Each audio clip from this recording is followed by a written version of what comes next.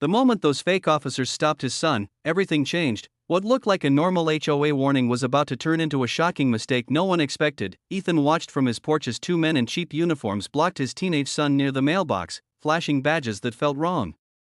Their voices were loud, rehearsed, full of authority they didn't truly own. Neighbors peeked through curtains as the men claimed to represent the HOA's security division, accusing the boy of violating community rules. They demanded his name, threatened fines, and spoke with a confidence meant to scare. Ethan felt a cold calm settle in his chest.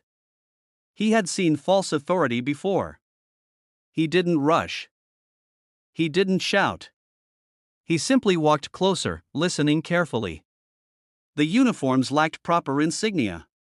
The radios were fake. The badges reflected too much light. His son looked confused, embarrassed, and afraid, which made something deep inside Ethan tighten. The men didn't know who they were dealing with, and that was their first mistake.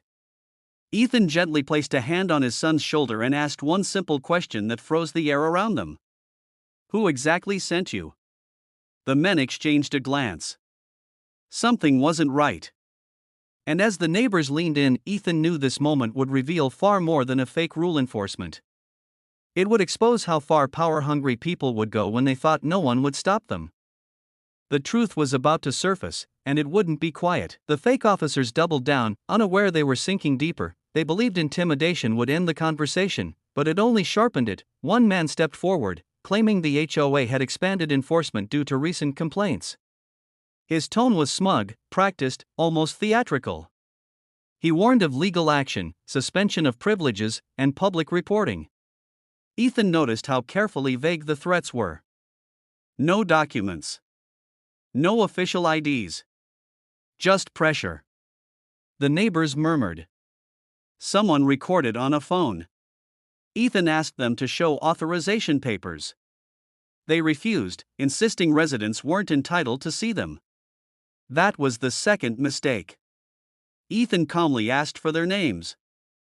They hesitated. One gave a first name only. The other stayed silent. His son's hands shook slightly, and Ethan felt the weight of every training moment he had ever lived through. This wasn't about ego. It was about safety. Fake authority thrives on fear.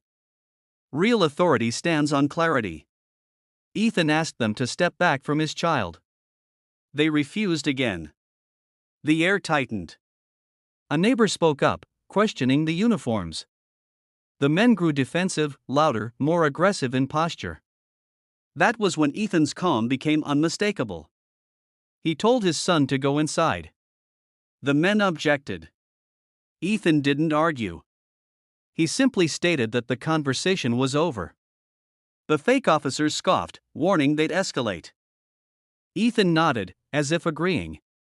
Inside, he made a single call. When he returned, the men were still there, confident, unaware that the balance of power had quietly shifted. They thought they were in control.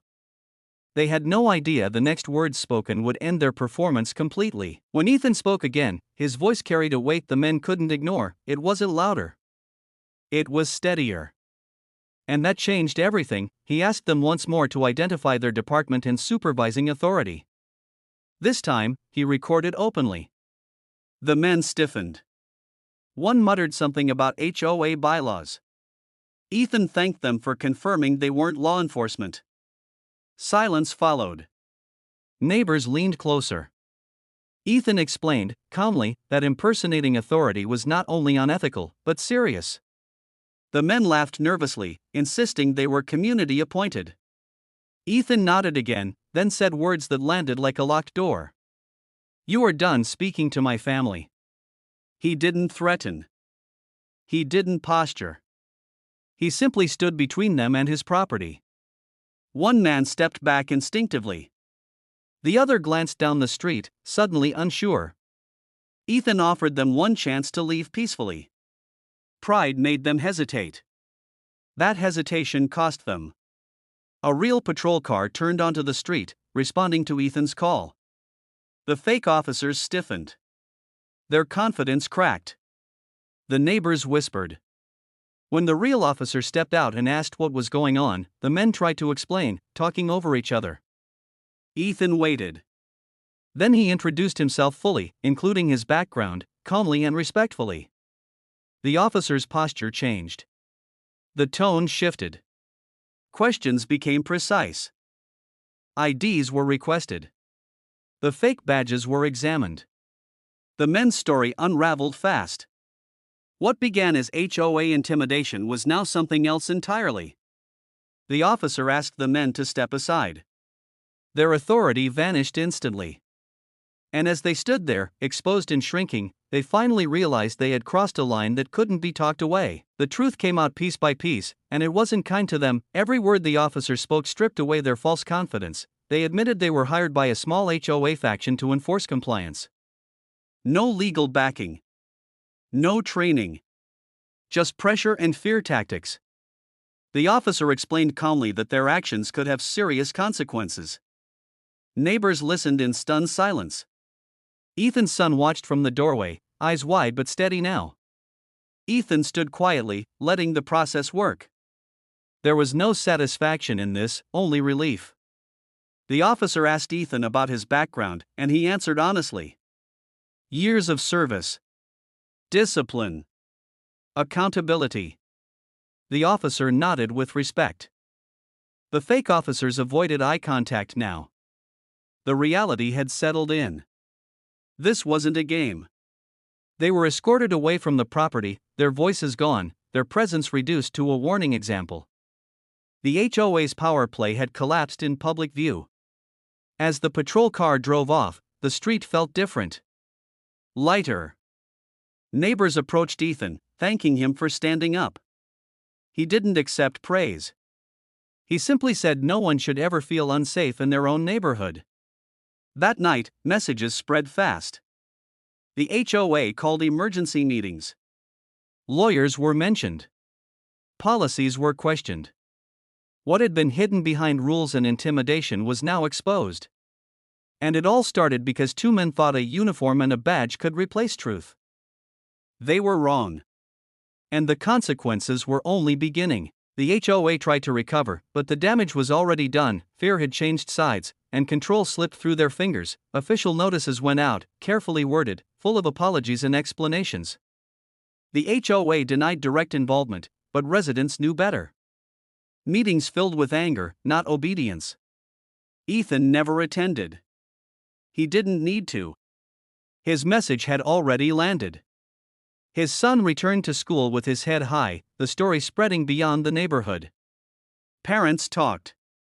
Questions grew. Authority was challenged. The HOA's leadership fractured under scrutiny. Ethan focused on his family, reminding his son that real strength wasn't loud or cruel. It was calm, prepared, and protective. Weeks later, the HOA quietly dissolved its so-called security program. Contracts were terminated. Names were removed from websites. The incident became a cautionary tale. No one tried intimidation again. Ethan didn't celebrate. He simply lived. But the neighborhood remembered.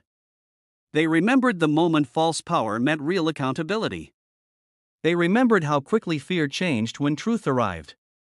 And they understood something important. Authority is not claimed. It is proven.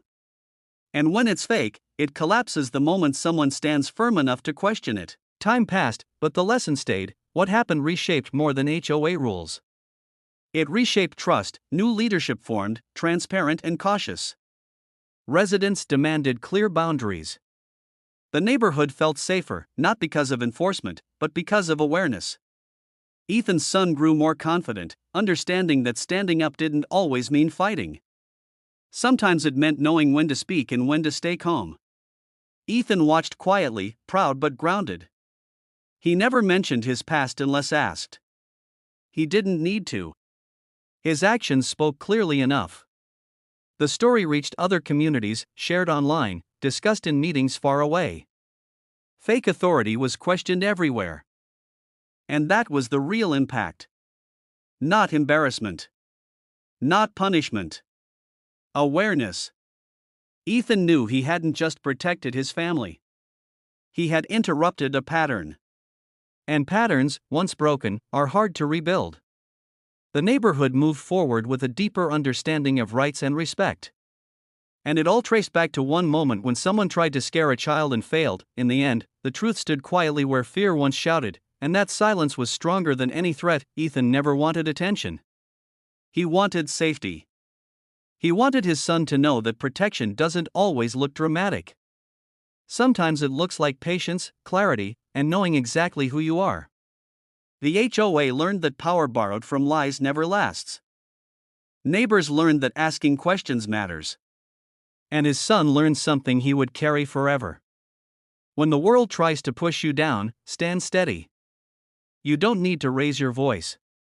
You need to know your ground. The street returned to normal, but nothing was the same. A line had been drawn, not with anger, but with truth. And no one crossed it again, and that was the final twist in this unbelievable HOA story. If you love the drama, don't forget to like, subscribe, and drop a comment sharing your thoughts. It really helps this channel grow.